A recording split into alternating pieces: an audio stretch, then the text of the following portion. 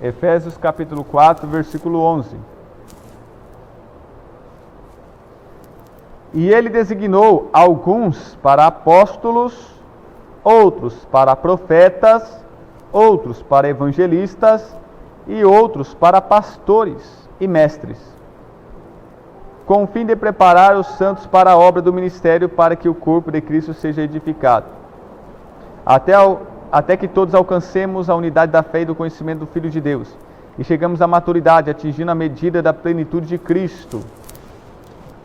Então aqui, esta lista de Efésios capítulo 4, versículo 11, é uma lista de dons o quê? Ministeriais, que são dons que vai dizer a função, o cargo que você tem na obra de Deus. Qual que é o seu ofício? Qual é o seu cargo? Qual é a sua função na igreja? Presbítero, diácono, pastor, evangelista? Então, qual é o seu ministério? Qual é a sua função? Qual é o seu ofício? Qual é o seu cargo? Qual é o seu dom ministerial? Eu sinto que eu fui chamado para ser pastor.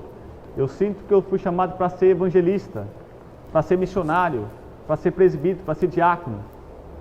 Então são ministérios, são cargos, são funções, né? São ofícios, são profissões, né? Nós temos pessoas que são pedreiro, pessoas que são eletricista, né? Se ele é pedreiro, ele vai mexer com tijolo, vai mexer com cimento. Se é eletricista, vai mexer com fio, né? Com alicate. Se você é evangelista, você vai mexer com o quê? Qual vai ser a sua ferramenta?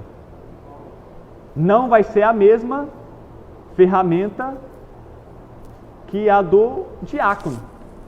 O diácono tem a sua profissão e tem as ferramentas de trabalho. Pode ser que tenha coisas em comum, porque o pedreiro usa alicate e às vezes o eletricista tem que usar alguma massa. Então pode ser que nós usemos as mesmas ferramentas, mas, por exemplo, todos nós aqui podemos curar enfermos. Mas a pessoa que tem os dons de curar, ele vai curar uma maior quantidade de pessoas e vários tipos de enfermidade. Está entendendo? Todos nós podemos curar alguém, mas quem tem o dom de curar, vai curar mais pessoas do que nós. E vai curar vários tipos de enfermidades, a mais do que nós. Assim também, a pessoa que é evangelista, pastor, presbítero, ele pode fazer a mesma coisa e ter até o mesmo dom. Só que se você tem o dom de profeta, por exemplo, você pode profetizar, você pode ter o dom de profecia. Então você vai profetizar. Só que aquele que tem o ministério de profeta vai profetizar mais que você. Porque é o trabalho dele ser profeta. A pessoa que tem o chamado, o dom ministerial para ser um missionário, todos nós aqui poderemos implantar um ponto de pregação e abrir uma igreja. Mas, meus irmãos, aquele que tem um dom ministerial de missionário, ele vai ter uma habilidade maior para abrir mais igrejas em maior quantidade e maior eficácia do que nós. Quem está entendendo, diga amém. Então, dons espirituais, 1 Coríntios capítulo 12. Dons ministeriais, Efésios capítulo 4, versículo 11. Romanos capítulo 12 mostra como eles estão interligados. É o que nós estamos dizendo aqui, que pode haver coisas semelhantes nos dons ministeriais espirituais. Pode haver, mas aquele que tem mesmo o dom específico vai ser mais usado naquela questão. Então, como eu descubro qual o dom ministerial que eu tenho? Eu já disse. O que você faz na obra de Deus, o que você na obra de Deus vai dizer qual é o seu dom ministerial.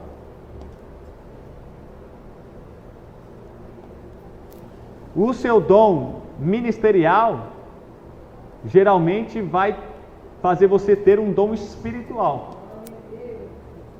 Então, olha só se tem alguma hierarquia. Aqui nós vemos a hierarquia. Apesar que ninguém é melhor do que ninguém. Deus não fez pessoas na igreja para ser maior uma que a outra, mas Ele estabeleceu cargos numa hierarquia. Primeiro vem quem? apóstolos. Primeiro vem os apóstolos. A Bíblia fala para a gente ficar firme na doutrina de Cristo e na doutrina dos apóstolos, para a gente não colocar outro fundamento que não seja de Cristo e dos apóstolos. Porque os apóstolos, meus irmãos, eles receberam diretamente de Jesus. Eles receberam oralmente de Jesus ensinamentos. E eles repassaram e transmitiram conforme eles receberam e ouviram. Então a doutrina dos apóstolos, com certeza, é a mesma doutrina de Cristo. Cristo transmitiu para eles e eles transmitiram às pessoas. Então, apóstolo no original significa mensageiro. Então nós entendemos que, de uma forma superficial, todos nós somos apóstolos, porque nós fazemos apologia à nossa fé, nós defendemos a nossa fé. Mas no sentido restrito e profundo da palavra, só os 12 são apóstolos. Porque para ser apóstolo, como mesmo diz a Bíblia, você vai ter que, quando eles for escolher outra pessoa para colocar no lugar de Judas, qual foi o critério deles? Vamos escolher uma pessoa que estava conosco desde o começo, desde o início, teve contato com Jesus, falou e ouviu Jesus Cristo, foi testemunha da sua morte e ressurreição. Então esse foi o critério para escolher outro apóstolo para substituir Judas. Então, para você ser um apóstolo como os 12, não tem como. E hoje em dia todo mundo está aí se intitulando apóstolo, como se ele fosse o Papa da Igreja Católica. Na Igreja Católica, eles deram o cargo de Papa. O Papa é Jesus Cristo na terra. Na Igreja Evangélica, o apóstolo é Jesus Cristo na terra. Eles são infalíveis e inerrantes. E é mentira. Ninguém pode ser como os 12 apóstolos. Na palavra restrita, no significado bíblico, diz que para ser apóstolo, você tem que ser testemunha viva da morte e ressurreição. Você tem que estar com ele desde o começo. E nenhum de nós aqui no dia de hoje vai ter esses requisitos. Nenhum de nós aqui testemunhamos com os olhos a morte e a ressurreição dele. Nenhum de nós aqui estávamos no começo com ele e recebemos diretamente ensinamentos dele. Então nenhum de nós no dia de hoje pode ser apóstolo. Agora no significado da palavra, no dicionário, mensageiro, então aí sim. Mas aí todos nós somos apóstolos, porque somos mensageiros. Amém? Então essas pessoas aí que ficam se intitulando apóstolo, você toma cuidado. Tem até pai apóstolo, papa apóstolo, sei lá. Cada coisa que inventa. Então, em primeiro lugar, é os apóstolos. Se tem uma hierarquia, é os apóstolos que vêm em primeiro lugar. Depois, vem profetas. Porque o profeta tem aquele ministério de pregar mais, de se referir mais à santidade. Denunciar o pecado, denunciar as heresias, denunciar o mundanismo, a carnalidade no meio do povo de Deus e chamar o povo ao arrependimento, anunciar que a restauração, a salvação de Deus. Então o profeta ele vai saber de tudo que está acontecendo na sociedade com o povo de Deus e vai detectar pecados e erros e vai denunciá-los. E ao denunciá-los, ele não vai ficar só denunciando, ele vai mostrar a salvação e a restauração de Deus quando eles se arrependerem. Então o profeta chama o arrependimento, chama a santidade, a separação do mundo, uma pureza maior, a um amor mais profundo por Deus. Então a igreja precisa de profeta. Por quê? Se nós tivermos mestres teólogos na igreja, ensinando o povo, e eles se corromperem, e começar a pregar heresias, doutrinas de homens e demônios, a nossa única esperança é um profeta se levantar na igreja e falar, não, está errado. Isso é liberar o pecado.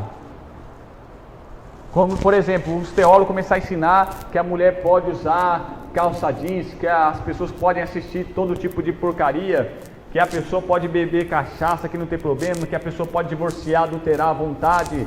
Louvado seja Deus. Então os líderes liberaram. E a nossa única esperança é o quê? Quando o povo se corrompe, a Bíblia fala, se não há profecias, o povo se corrompe. Nós precisamos de profetas.